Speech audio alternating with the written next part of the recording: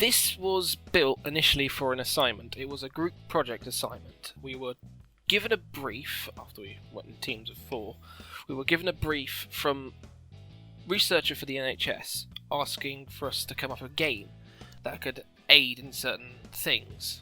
We were given a list of opportunities that we could choose to do. We decided to choose Parkinson's, recovering for Parkinson disease, to help stop freezing. For that, we needed to have a game that would require movement with the arms at set times. So you were given instructions, you had to do it.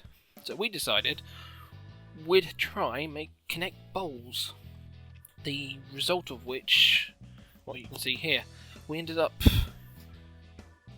using a framework initially built our lecturer to handle OpenGL, because we have no knowledge of this at the time, and set to work. Now, me and Richard Hancock were the programmers for this assignment, so our job was to obviously get the thing to work while the rest of the team worked on all the paperwork and stuff. My main role in the programming was the physics and gameplay, although I did do a bit of the Kinect, because we decided to include using Kinect, because it was Kinect bowls. This took a little while, because again, we'd never used OpenGL before, and I ended up, because we were running out of time for the collision detection, I ended up, instead of using, because obviously as you can see they're spheres, instead of using a sphere-sphere collision detection, I quickly put together a circle-circle collision detection. So it all works on just a 2D plane, it can't go up or down, because it never was going to anyway, so it was quicker than trying to do the rest of it, because again, didn't know any of it at the time. There was a slight problem, we couldn't get 2D to work at the same time. The framework we were using was a bit broken, it turned out, which we didn't realise until it was too late. So my solution was, if you see at the end, I render the number of balls that they've got up at an angle which looks like it could be a 2D UI sort of system. It's a bit of a quick fix, but it was all the time we had to do it. There was one bug in the framework, however, which was quite elusive. We had a problem where there were memory leaks.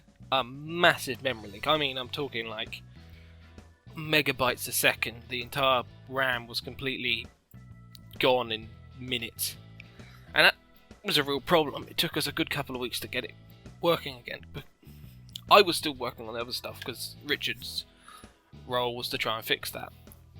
And he got to the point where he was going insane. He ended up trying to quickly learn OpenGL in less than a week to do the entire thing. It wasn't going well. So I sat down because looked like he was going to try and punch something. And I just went through the area line by line, commenting out each line to see if that would fix it. And it did. I found the problem.